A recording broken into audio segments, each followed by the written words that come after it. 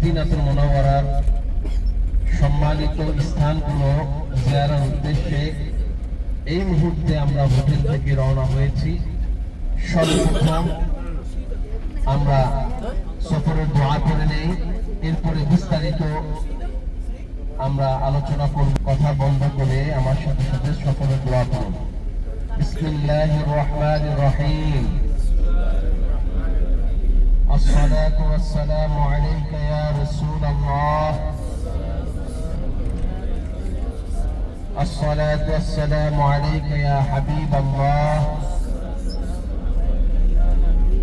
الصلاة والسلام عليك يا رحمة للعالمين. سبحان الذي سخر لنا هذا وما كنا له مقرنين وإنا إلى ربنا لمنقلبون. الحمد لله আমরা পবিত্র মদিনাতুল মুনাওয়ারাতে গত 2 দিন আগে এসেছি। মদিনা শরীফের সুঘ্রাণ বাতাস আমাদের হৃদয়ে এমন ভাবে পরস্পর ভাবে আমাদের হৃদয়ে জায়গা করে নিচ্ছে যে সুঘ্রাণ বাতাস গুলো আমাদেরকে অনেক কিছু শিক্ষা দিচ্ছে। আলহামদুলিল্লাহ। সম্মানিত হাজী সাহেবগণ, আমরা আজকে যে সকল স্থানগুলো পরিদর্শন করব আমি সেই স্থানগুলোর নাম বলে দিচ্ছি। আমরা এখন যাচ্ছি মসজিদে কুবা। মসজিদে কুবাতে যাওয়ার পরে আশা করি সবারই ওযু আছে। যাদের ওযু থাকবে না আমাকে বলবেন। আমরা মাজগা অর্থাৎ খেজুরের বাগান, কোন খেজুরের বাগানে যাব যদি আমাদেরকে ড্রাইভার সাহেব নিয়ে যায়। অর্থাৎ সাইয়্যিদুনা সালমান ফারসি রাদিয়াল্লাহু তাআলা আনহু সেই বিখ্যাত মাজগা বা খেজুরের বাগান। এরপরে আমরা সর্বশেষ উহুদের ময়দানে যাব, জাবাল উহুদ। তো এখন সর্বপ্রথম আমরা যাচ্ছি মসজিদে কুবার উদ্দেশ্যে। মসজিদে কুবাটা কি এটা আমাদেরকে আগে জানতে হবে। দেখুন, যে অঞ্চলগুলোতে সর্বপ্রথম বর্ণনা হচ্ছে এটা আমার আকীদা। সর্বপ্রথম বর্ণনা হচ্ছে যে আমার নবীজির যেখানে কদম মুবারক পড়েছে, খেয়াল করে শুনবেন, আমার দয়াল নবীজি যেখানে কদম মুবারক পড়েছে সেই স্থানটা নিয়ামতপূর্ণ বরকতময় হয়ে গিয়েছে। সুবহানাল্লাহ।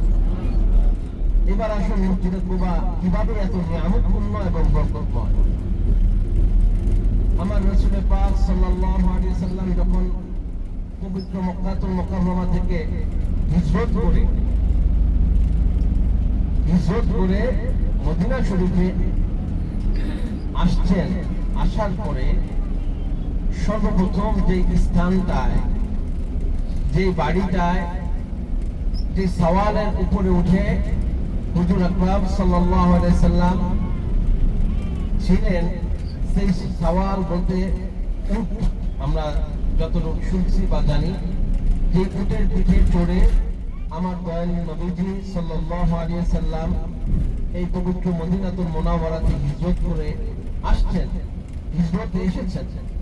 সর্বপ্রথম এই উটটি যে স্থানে বসেছিলেন আমার রাসূল পাক সাল্লাল্লাহু আলাইহি সাল্লামের নিগাহক্রমে এবং আল্লাহ তাআলা রব্বুল আলামিনের দয়াক্রমে যে বাড়িতে, যে সাহাবার বাড়িতে বসেছিলেন সেই বাড়ি হচ্ছে এই মসজিদে কুবা। আর যার বাড়ি, তিনি ছিলেন বিখ্যাত সাহাবী হযরত সাইয়্যিদুনা আবু আমের আইয়ুব আনসারী রাদিয়াল্লাহু তাআলা।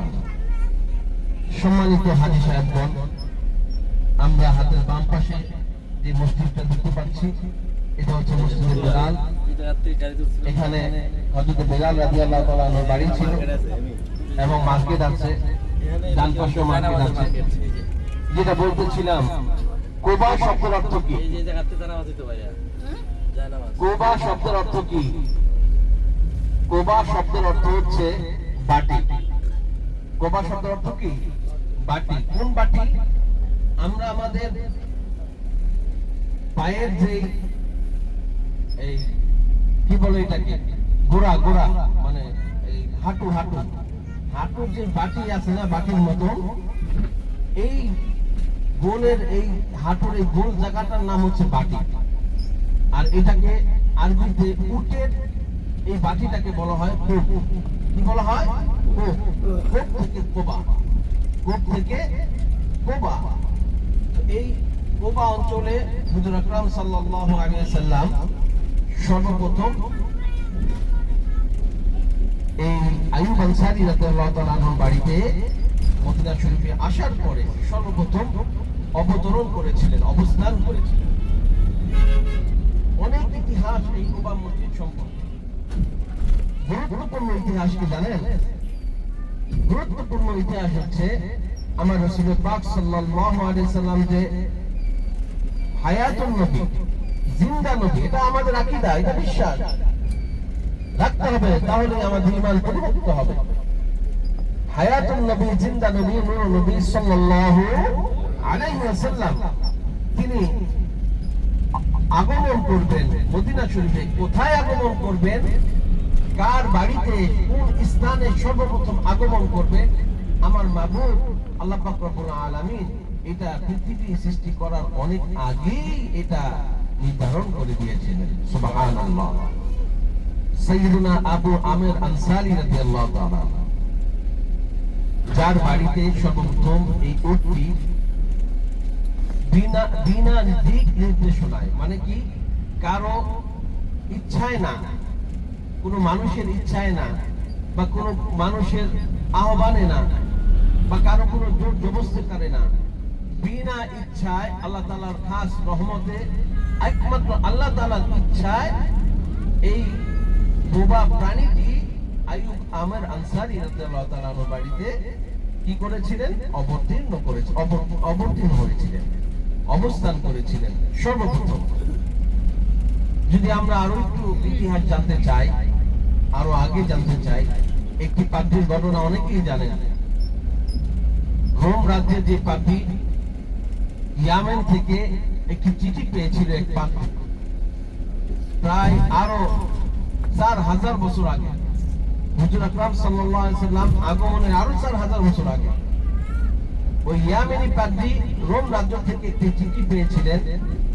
যে চিঠির মধ্যে লেখা আছে যে এই বংশ থেকে, এই বংশের মধ্যে এমন একজন মানব, এই বংশের একজন উল্লেখযোগ্য ব্যক্তির বাড়িতে আসবেন, আগমন করবেন, যার জন্য গোটা পৃথিবী এবং গোটা একটি শহর ধন্য হয়ে যাবে। সুবহানাল্লাহ। অর্থাৎ আইয়ুব আমির আনসারী রাদিয়াল্লাহু তাআলা আনহুর বাড়িতে যে আমার জিন্দা নবী, হায়াতুন নবী আগমন করবেন, এটা হাজার হাজার বছর আগে লিখিত আকারে আল্লাহ তাআলা প্রকাশ করে দিয়েছিলেন। সুবহানাল্লাহ। সাইয়্যিদুনা আবু আমির আনসারী রাদিয়াল্লাহু তাআলা, তার বাড়িটি হচ্ছে এই কোবা মসজিদের ভিতরেই। আমরা এখন যেখানে যাচ্ছি, আমার নবীজি হুজুর আকরাম সাল্লাল্লাহু আলাইহি ওয়াসাল্লাম তখন মদিনা শরীফে প্রথম এসেছেন। কোথায় থাকবেন? থাকার জায়গা ছিল না। ওই আবু আমির আনসারী রাদিয়াল্লাহু তাআলা, তার বাড়ি ছিল দোতলায়। কয়তলা? দোতলা ছিল।